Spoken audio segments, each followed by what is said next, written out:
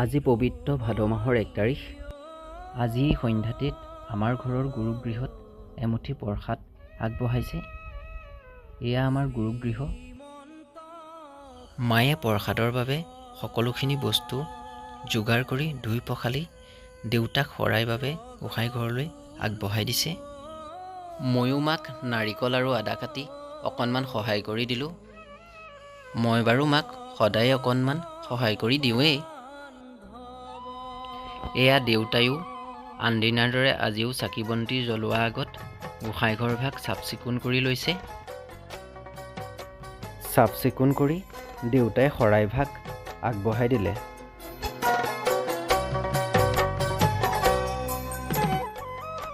শৰাই আগবঢ়োৱাৰ পাছত দেউতাই আনদিনাৰ দৰে আজিও প্ৰথমে প্ৰাৰ্থনা কৰি ভাগৱত পাঠ কৰিবলৈ লৈছে আৰু দেউতাৰ ওচৰতে ময়ো ভাগৱত শুনিবলৈ দেউতাৰ ওচৰতে বহি লৈছোঁ।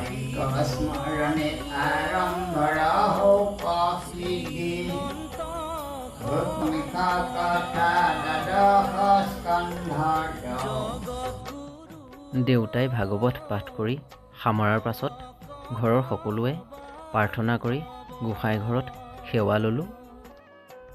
দেউতায়ো আকৌ সেৱা লৈ শৰাইভাগ ভাঙি মাৰ ফালে আগবঢ়াই দিলে।